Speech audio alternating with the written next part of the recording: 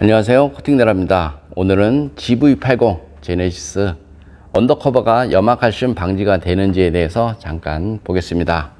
이렇게 보면 다 풀커버로 다 되어 있습니다. 그런데 자세히 보시면 이렇게 다 구멍이 뚫려 있죠.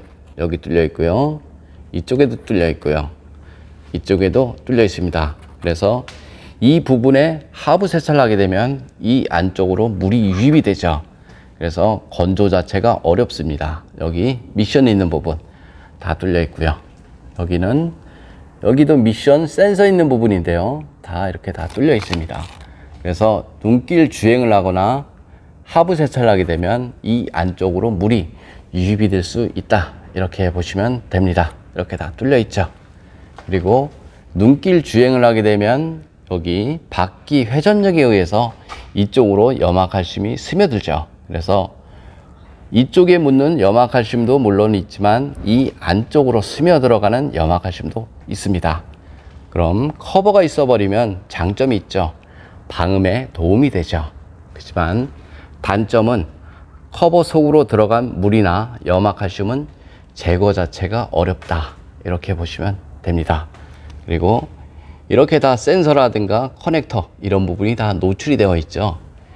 이 센서라든가 커넥터 이런 부분은 습기나 염화칼슘에 가장 약합니다.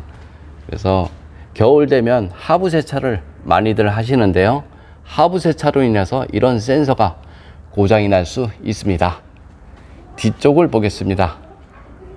뒤쪽도 마찬가지, 뒤쪽에는 커버 자체가 없습니다. 그래서 그대로 다 노출이 되어 있고요, 하부 세차를 하면 이런 커버 안쪽으로 물이나 오염물이 유입이 되죠. 그래서 나중에 정비 수리를 할 때 커버를 뜯어버리면 알 수 있는데요, 모래가 잔뜩 있습니다. 여기도 마찬가지 이렇게 다 구멍이 다 뚫려 있으니까요. 그리고 언더커버 자체는 방수를 목적으로 하는 것이 아니고요, 방음을 목적으로 한다, 이렇게 생각을 하시면 됩니다. GV80 보겠습니다. 이것이 조수석 부분인데요, 조수석 부분을 보면 이쪽에는 페인트를 칠했고요, 여기는 페인트를 칠하지 않았습니다. 그래서 공기 중 습기로 인해서 부식이 발생이 된 상태고요, 이런 절단면은 페인트를 칠하지 않으면 바로 녹이 발생이 되죠. 겨울 되면 이런 부분은 염화칼슘으로 범벅이 되는데요, 이렇게 페인트를 칠하지 않으면 녹이 발생이 됩니다. 앞쪽 프론트 부분인데요, 여기도 마찬가지 용접 부분을 따라서 페인트가 조금씩 까져 있죠. 이쪽 앞쪽 부분에도 마찬가지 페인트가 조금씩 까져 있고요, 여기 측면 부분에도 마찬가지 페인트가 조금씩 까져 있습니다. 이쪽 부분에도 마찬가지 전부 다 페인트를 칠하지 않았죠. 그래서 공기 중 습기로 인해서 녹이 발생이 되었습니다. 여기는 앞바퀴 휠하우스 있는 부분 커버를 다 분리를 한 모습이고요, 고급 차량일수록 이렇게 알루미늄 부품 사용을 하였습니다. 알루미늄 부품의 장점은 승차감이 좋아지고 연비가 좋아지죠. 그래서 요즘 차량은 알루미늄 부품 사용량이 많습니다. 바닥 면적을 보겠습니다. 바닥 면적을 보면 이런 곳은 녹이 좀 덜 나지만 이런 속 안쪽에는 녹이 날 가능성이 많습니다. 이유 중 하나는 염화칼슘이 머물기 때문이죠. 여기는 머플러 있는 부분인데요, 이런 부분은 녹이 좀 덜 나겠지만 이렇게 용접 부분은 녹이 좀 잘 나는 곳이죠. 여기도 있고요, 이쪽 용접 부분 이런 부분은 녹이 좀 잘 나고요, 이런 볼트 부분 녹이 좀 잘 나는 곳입니다. 뒤쪽을 보겠습니다.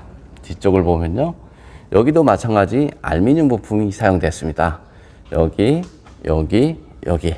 알루미늄 부품 사용량이 많으면 차량 경량화를 통해서 연비가 좋아지고 승차감이 좋아지죠. 여기는 커넥터 부분 이렇게 많이 있습니다. 이런 부분에 마스킹을 할 것이 아니라 습기 방지 코팅을 하시면 되는데요, 습기 방지 코팅을 하시려면 절연 코팅제로 시공하시면 됩니다.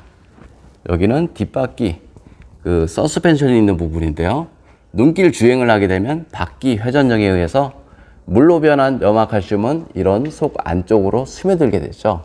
그래서 이런 하단 부분에 머물게 되는데요, 이런 하단 부분에는 반드시 코팅하시는 것이 좋습니다.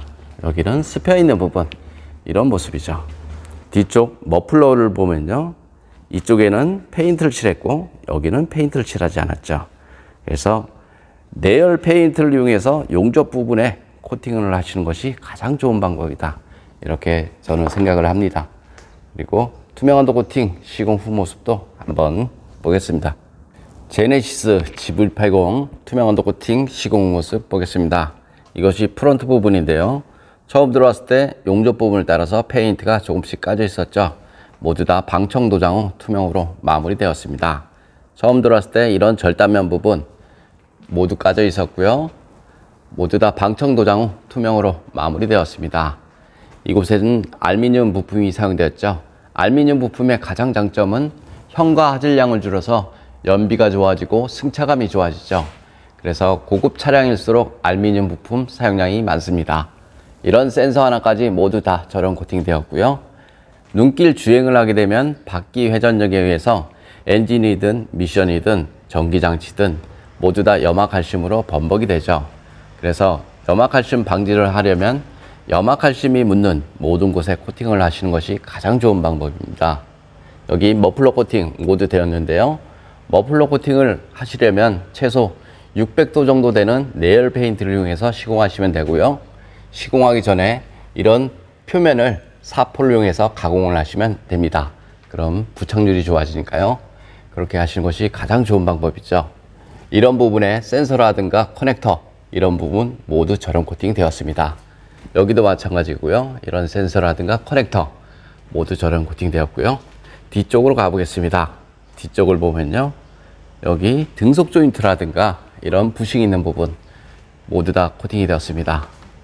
여기는 뒷바퀴 휠하우스 있는 부분 이런 모습으로 다 코팅이 되었고요.